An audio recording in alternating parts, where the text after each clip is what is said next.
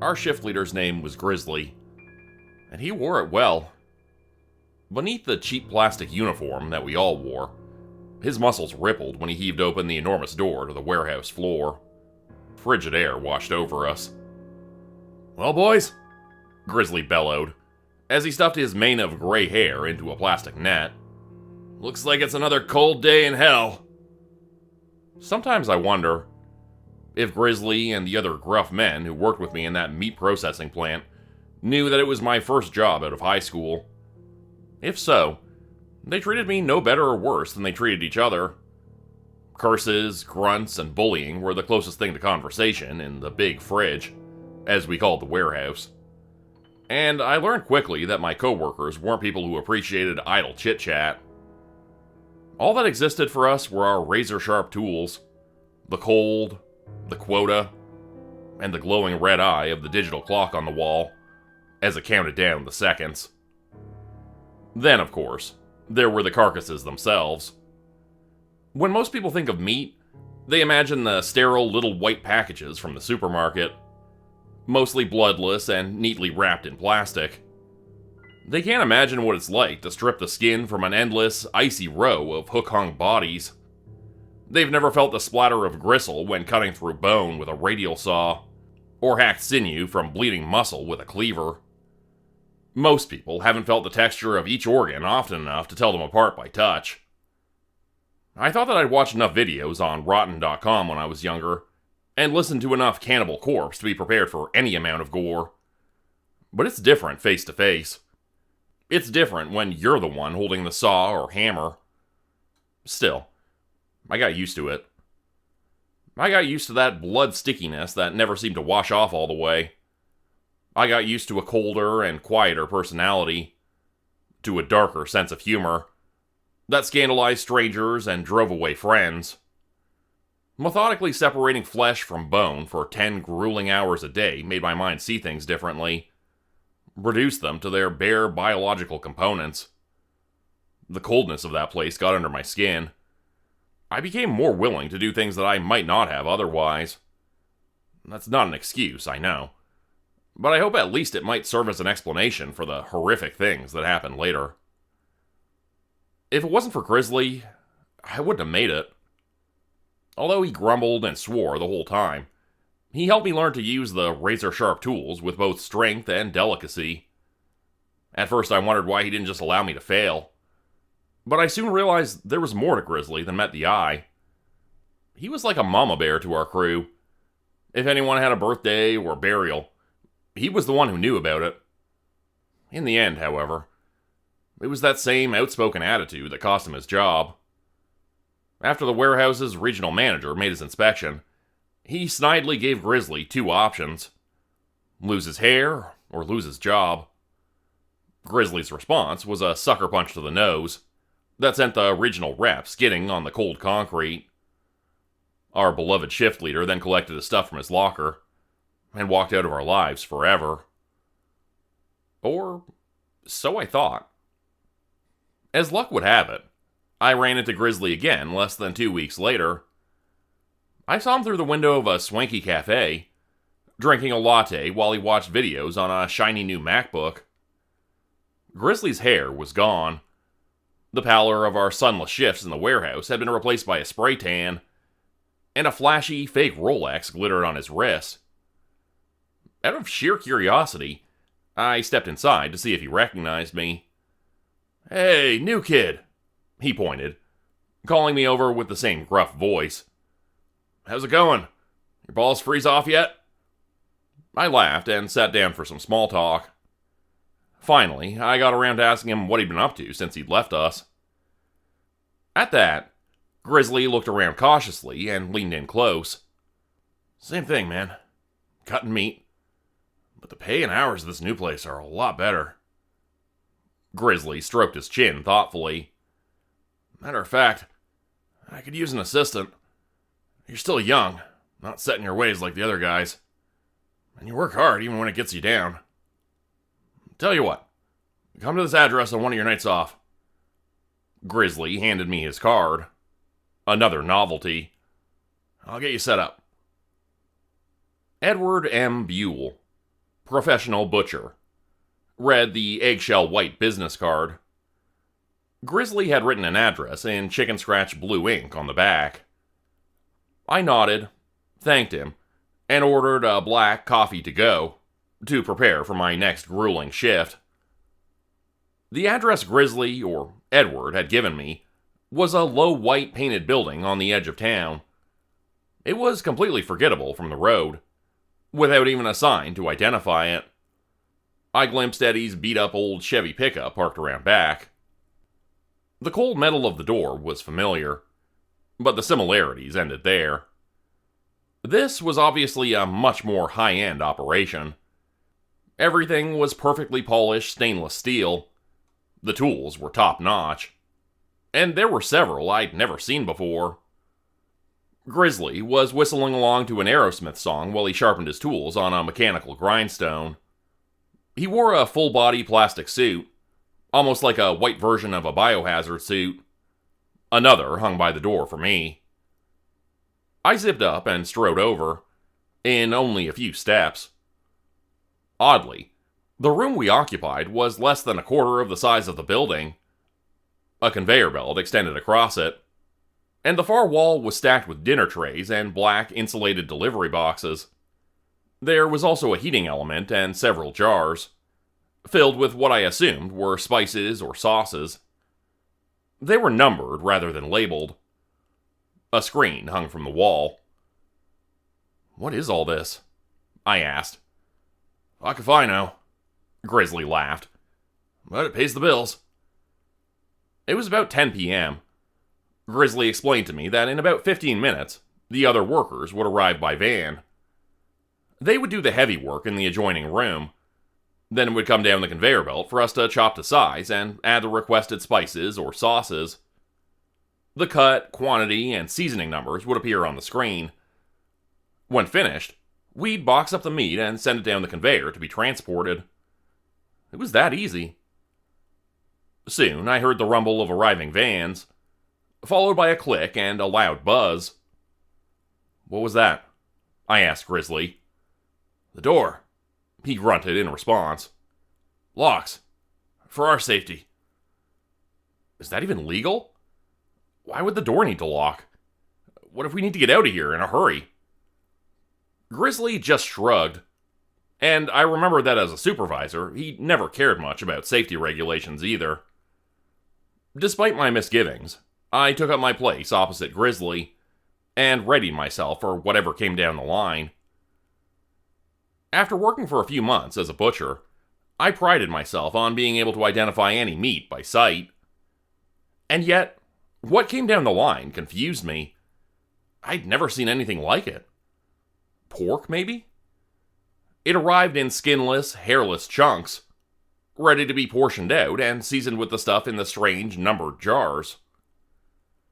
I separated some ribs and covered them with a dark sauce that smelled like iron. I cubed thick, pink loin and tossed it in a powder that made it glow slightly. I filleted something unidentifiable before seasoning it with ordinary garlic powder and chives. Each meal went onto its tray, into its little black box, and onward down the conveyor belt. The whole thing took less than an hour, and when we were finished, another loud buzz announced that the outside door had been unlocked. Something else had been unlocked as well. A small safe beside the door. Inside were 2 stacks of mint-condition cash. One for me and one for Grizzly. It was more than what we'd made working a full 10-hour shift in the warehouse. It's strange how suspicion works. I think Grizzly and I both knew there was something inherently wrong about our work. But the pay and hours were so good that we ignored it. I got to know Grizzly much better, both on and off the clock. One day, we went out for drinks before our shift. He told me his story as a twice-divorced Vietnam vet, and I told him mine as a broke, hopelessly romantic millennial. The whiskey flowed. "Grizzly," I slurred, "how's about you stick your head through the flaps on a conveyor belt tonight, huh? I dare ya." "You've had a few too many." Grizzly glared at me. his cold blue eyes suddenly hard. "You shouldn't even come in today." "Come on," I moaned.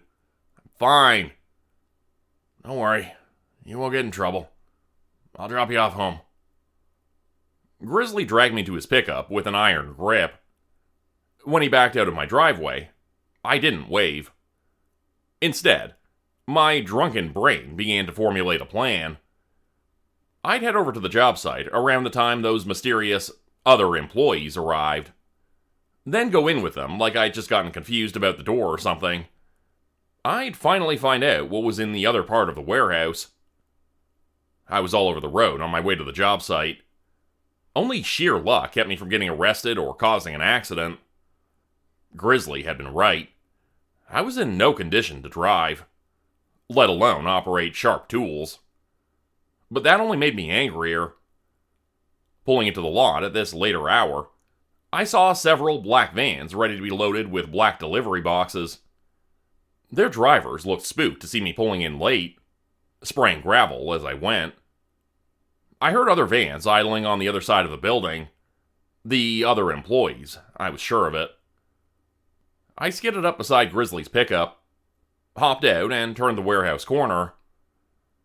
The white-clad figures looked like ghosts, in their plastic biohazard suits.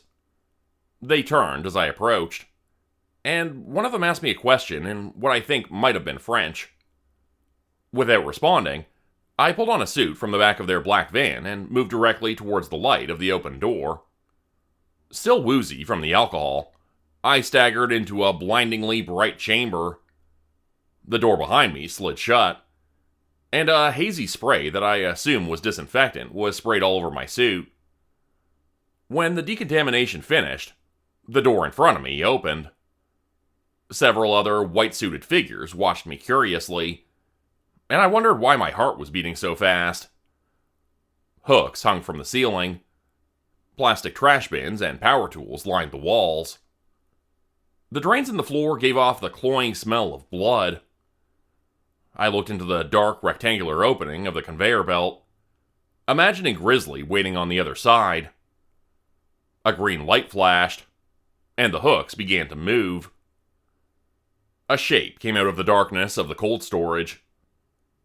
At first, I couldn't believe what I was seeing. Not hooves, but rosy pink feet with painted toenails. Not a snout, but long blonde hair matted by a trickle of blood. Stunned by shock, I could only watch as one of my fellow white-suited workers matter-of-factly snipped the dead girl's clothing off with a giant pair of scissors, then discarded it into a plastic bin like so much trash. Another did the same thing with her hair and skin. What couldn't be snipped and pulled away was removed using something like an industrial potato peeler. Soon, her green eyes stuck out like round marbles from the raw flesh where her face used to be. The line continued. More upside-down human corpses clanked out of cold storage to receive the same treatment. Skinned, deboned, and compartmentalized until these people were something indistinguishable from any other cut of meat. I lifted a plastic hand up to my plastic face shield, not sure whether I was trying to hold down vomit or a scream. I suddenly realized that the other white-suited employees had stopped working and were closing in around me. A few grabbed for me as I ran for the door. Their gloved hands, slick with blood, slid easily off my suit. I tugged at the handle of the freezer-like door with all my might, until I remembered that the doors locked automatically at the start of each shift. Hyperventilation had fogged up my mask. The figures closing in around me looked more like walking shadows than humans. Despite the slipperiness of my suit, there was nowhere left to go. Strong arms crushed my limbs against the chilled wall.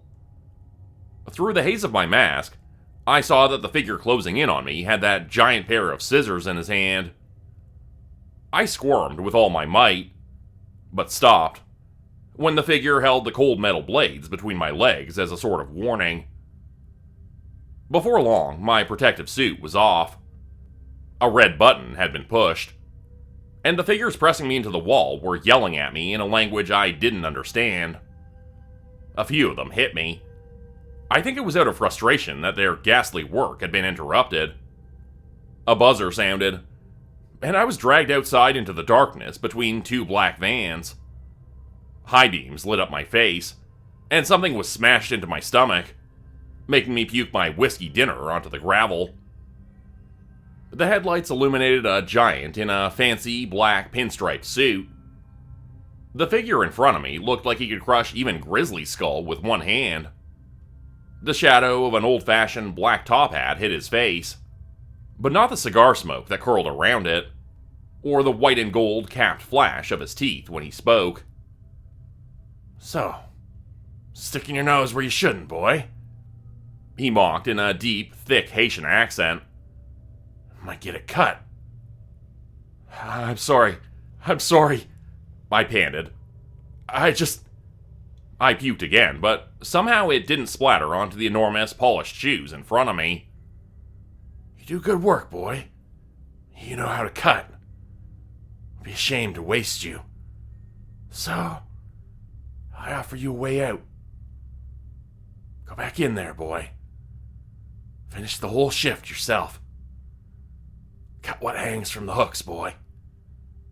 Or hang there yourself." "I can't. It's..." "Very well." The giant waved his hand. I felt myself being dragged by my legs towards the door. Wait, I sobbed. The dragging stopped, and I pulled myself to my feet. "I'll do it." The giant's grin was the last thing I saw, before I returned to the abattoir to finish the gruesome work alone. All the bodies that I dismembered during that endless night were young and recently killed, except for one. There was something familiar about the last large figure that came out from the cold storage. At first, I wondered why Grizzly was hanging by his ankles from the hooks instead of me. Then I realized, if I disappeared, Grizzly would have started asking questions. They needed to off him anyway. But by leaving me alive, by forcing me to hack up my own friend or join him on the meat hooks, they made me complicit. Like it or not, I was becoming a butcher of human meat. Grizzly always said that a person could learn his life story from his tattoos, and tears filled my eyes as I realized that, because of my selfish actions, he would no longer be able to continue his story. Eyes blurry and shaken by sobbing, I nearly sliced into myself several times as I peeled those tattoos off, along with the rest of Grizzly's skin. I forced myself not to think, while I took the rest of him apart. The door buzzer didn't sound until the last bits of my former friend had disappeared down the conveyor belt. My truck was gone. A black van was idling in its place. Two white-suited figures waited for me by the open doors. I gulped. Maybe they were going to kill me after all. My legs were weak from the physical and emotional strain of dismembering so many bodies. There was no way I could escape on foot. I'd just have to climb into the back of the van and see where it led me. The three of us rode in silence for a while in the windowless, sterile back of the van. "How do you live with yourselves?" There was no response.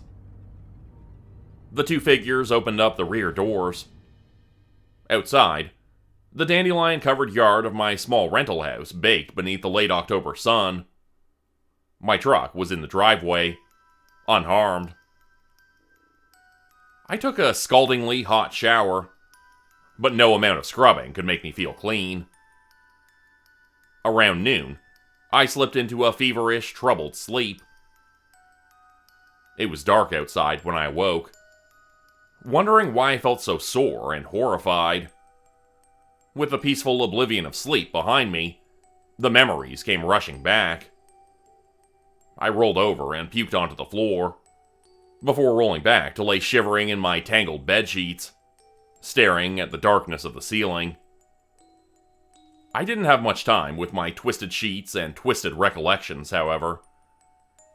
Even now, I hear a van rumbling outside.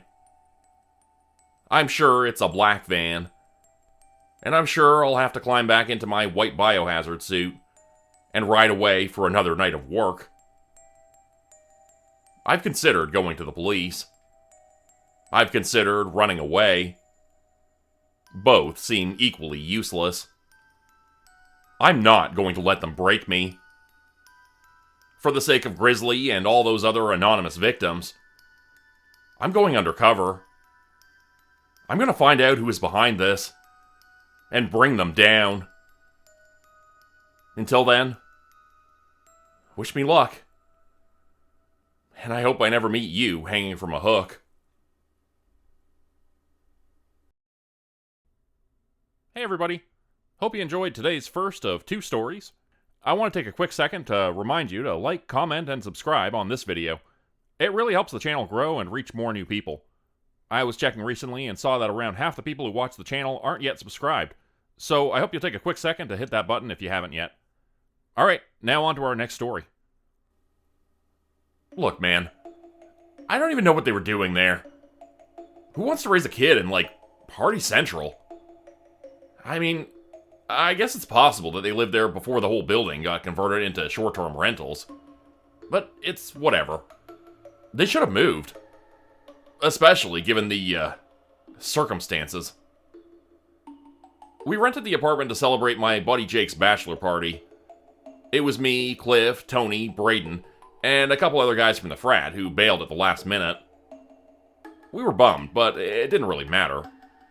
Jake's in-laws were loaded, and they were paying for the whole thing. Except the weed and the strippers, which Jake wasn't exactly in a hurry to tell them about. We were actually kind of disappointed in the place. I mean, we wanted something modern. Something with a hot tub, you know? But all the apartment had in it was a bunch of boring old furniture, and fancy ceilings with, paintings and stuff. It was on the top floor, though, so I guess that was cool. Even if Cliff almost fell off the balcony while yelling down at people in the street. Cliff is kind of a dick when he's drunk, which is most of the time these days. But at least he's funny. He doesn't get mean the way Braden does. And I guess you could say that's where the problem started. So, we get to the airport around 8 p.m., right? Go through security, get our bags, all that jazz. We take a taxi to the apartment, but the building's so old there's no elevator. Braden's already cursing and steaming, banging his suitcase against every step on purpose. Like he wants the whole world to know how pissed off he is. Then, when we're passing the apartment on the 4th floor, the one right below ours, somebody clears their throat. It was weird. Like they'd been standing right on the other side of the door, waiting for us to go by. Braden got quiet for a second, then asked if somebody had a problem. There's no answer, so we figure it's nothing, or some kind of coincidence.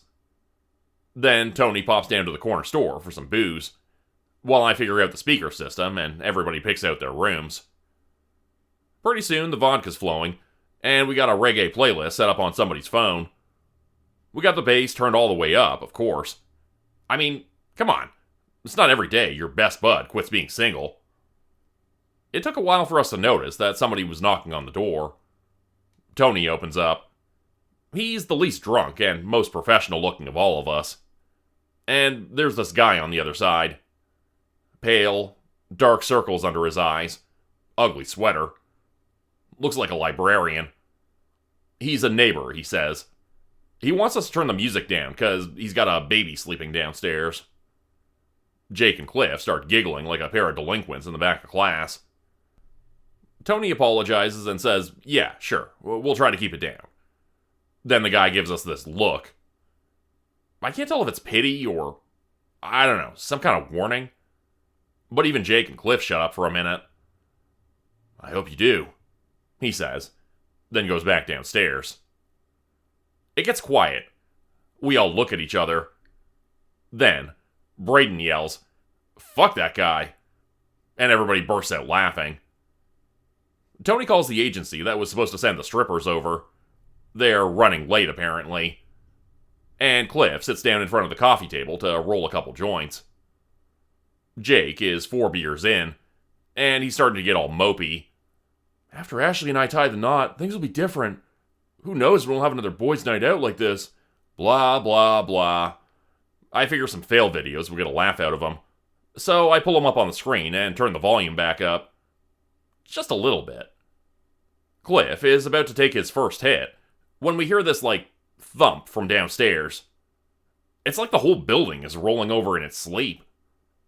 Braden makes some comment about how Jake's in-laws must be hoping that this old-ass building will collapse on top of him before the wedding.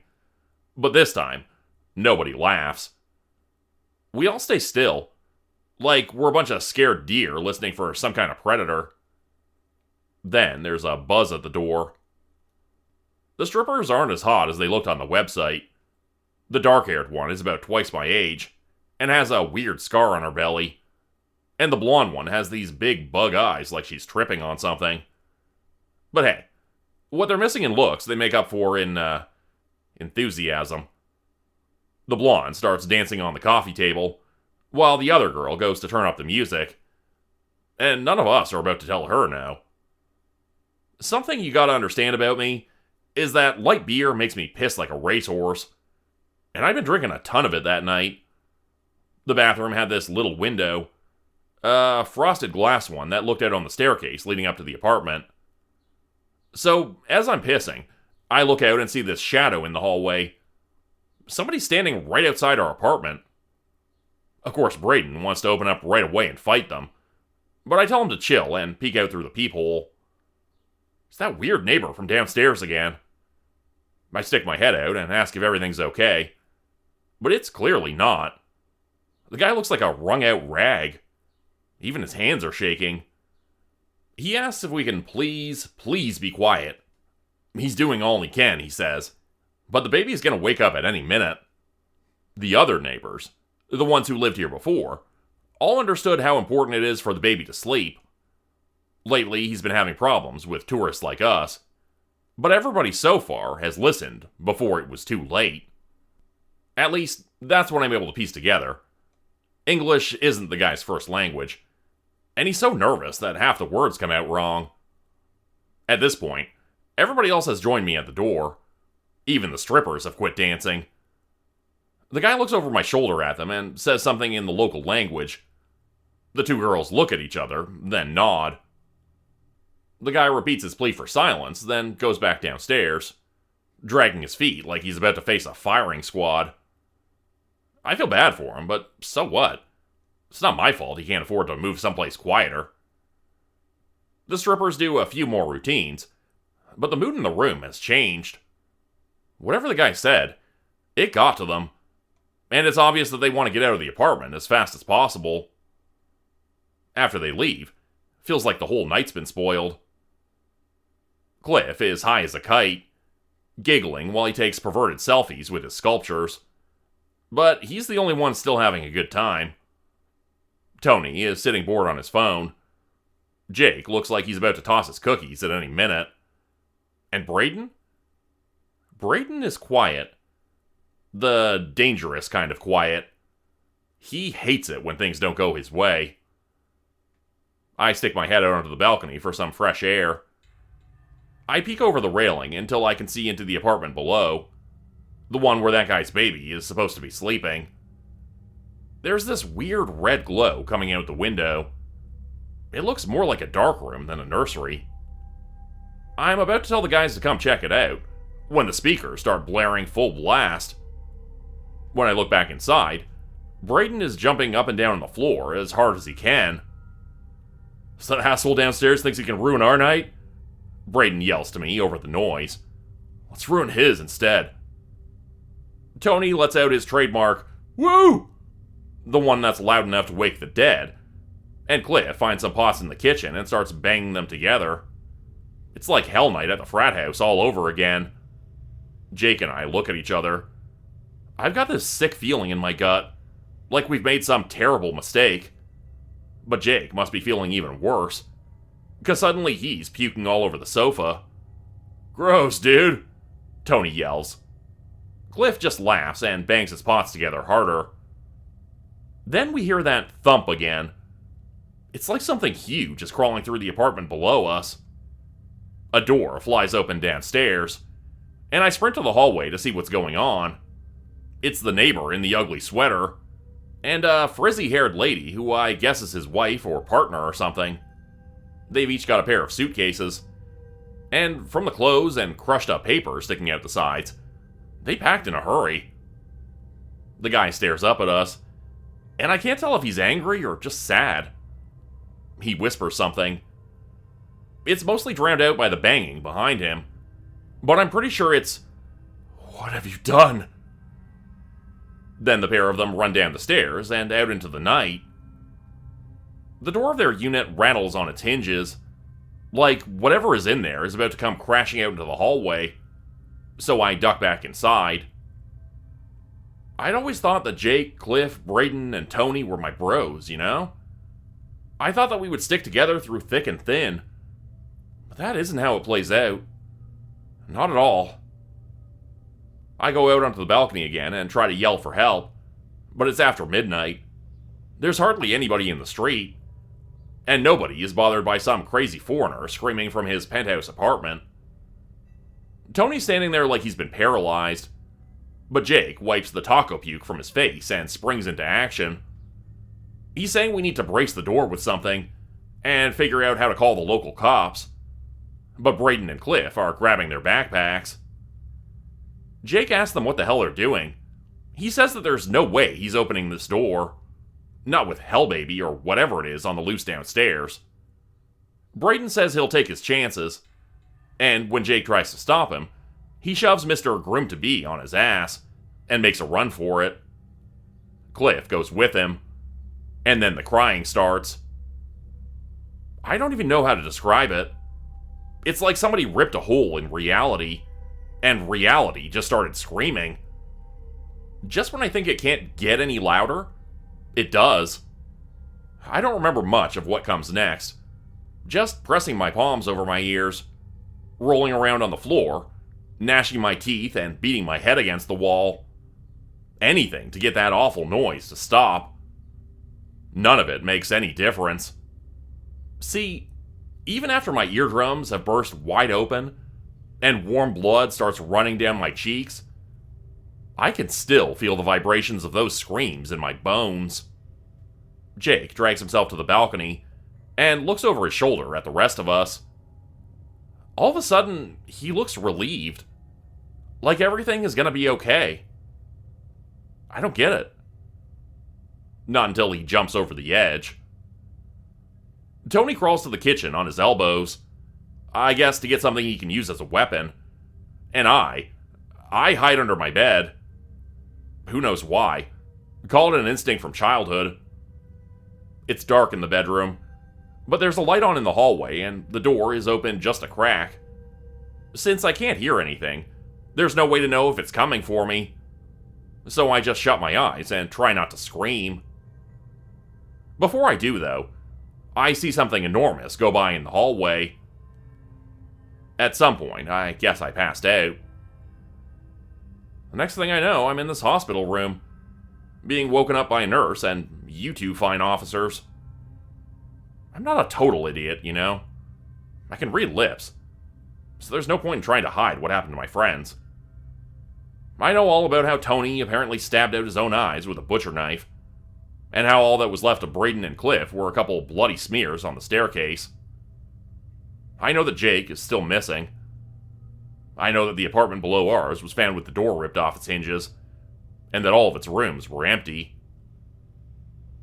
You don't have to believe my story. You can tell the families back home whatever you want. You can try to pin this whole thing on me or a bunch of violent junkies. I don't care. But those weirdos and that thing they call their baby went somewhere.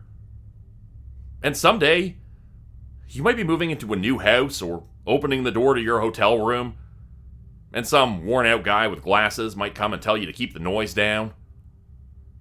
And for your sake, pal, I hope that you listen. Become a channel member today for early access, bonus videos, and special emojis only available to members. Check out the description below or click the join button for more info. If you'd like another way to help support the channel, please consider joining my Patreon page at patreon.com/JordanGroupeHorror. As a patron, you'll get access to bonus videos and content. You'll be credited at the end of every video going forward, and if you decide to stay for 3 months, I'll name a character after you which will be featured in a Hollow's End story. Links to join the Patreon are in the description. Thanks everyone for listening. Please like, subscribe, and comment to help the channel continue to grow. And see you again next time at 4 p.m. Eastern Standard Time. Hope you have a great night.